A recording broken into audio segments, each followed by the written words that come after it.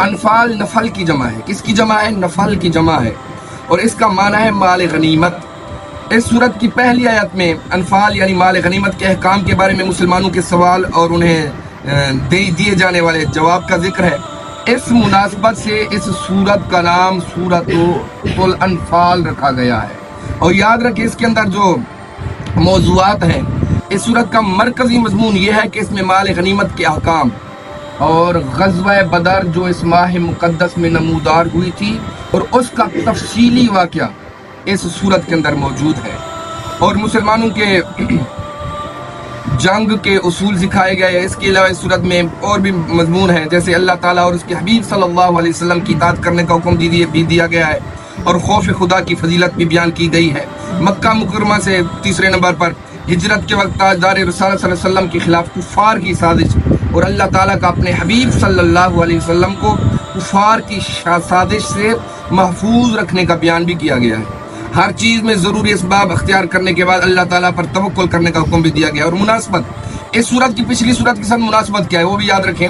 سورۃ الانفال کی اپنے ماقبل سے سورۃ اعراف کے ساتھ مناسبت یہ ہے کہ سورہ اعراف میں مشہور رسولوں علیہ الصلوۃ والسلام کے اپنی قوموں کے ساتھ حالات بیان کیے گئے تھے وہ سورۃ الاعراف کے اندر.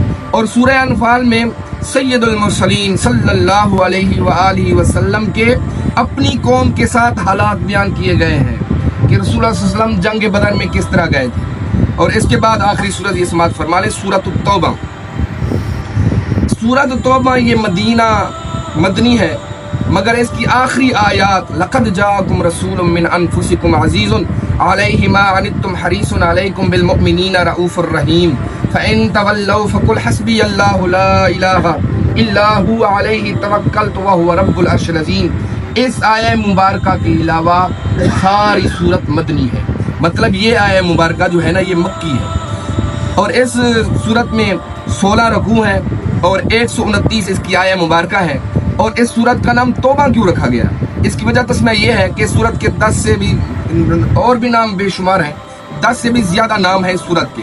یہ 2 نام مشہور ہیں توبہ. اس صورت میں کثرت سے توبہ کا ذکر کیا گیا، کثرت سے توبہ کا ذکر کیا گیا سورۃ التوبہ میں، اس لیے اس کا نام سورۃ التوبہ رکھا گیا. اور برات بھی اس کا نام ہے، برات یعنی بری ہو جانا، یہاں اس کا معنی بری و ذمہ ہونا ہے. اور اس کی پہلی آیت میں کفار سے برات کا اعلان کیا گیا ہے، اس مناسبت سے اسے سورہ برات بھی کہتے ہیں.